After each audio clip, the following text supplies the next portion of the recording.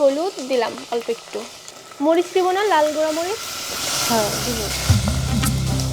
লাল গোড়া মরিচও দিলেন, আবার হচ্ছে কাঁচা মরিচও দিচ্ছেন। আচ্ছা, ঝাল বেশি হবে না? খিচুড়িতে জাল একটু বেশি না হলে মজা লাগবে না তো। একটু বেশি না হলে মজা না, পরে যদি ঝালের জন্য খেতে না পারি। খাইতে পারবেন। এটা কি? পেঁয়াজ বাটা। একটু কিভাবে পানি দিবেন? হ্যাঁ।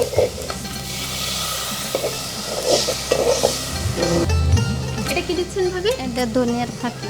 আচ্ছা, এখন কি চালটা এখন দিয়ে চাল দিব? দিব, চাল হ্যাঁ। আর ডাল একসাথে? হ্যাঁ আচ্ছা, ঠিক একসাথে। আছে।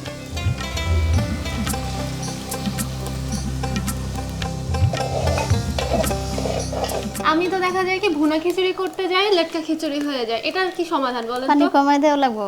পানি কমে দিলে আবার শক্ত হয়ে যায়। এখন কি এটা ঢেকে দিব না এইভাবেই রান্না করব? ডেকে দেবো। আচ্ছা, ভাবি তো শুধু রান্না করেই যাচ্ছেন, আমার সাথে তো একটুও গল্প করতেছেন না। পছন্দ হয় নাই আমাকে?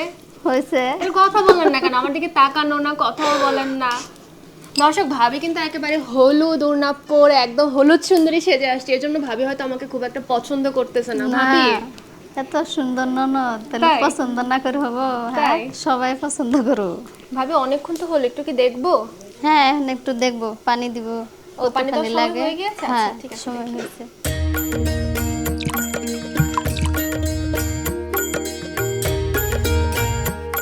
নেন, আপনি একটু নাড়েন, পরে ভালো না হলে আমার দোষ দিবেন যে হ্যাঁ তুমি নাড়ছো এই জন্য ভালো হয় নাই।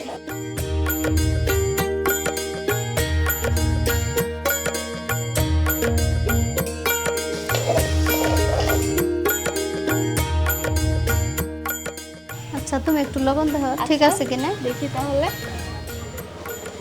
ও, অনেকটা তো হয়ে গিয়েছে তাই না ভাবি? দেখো তো কেমন হয়েছে।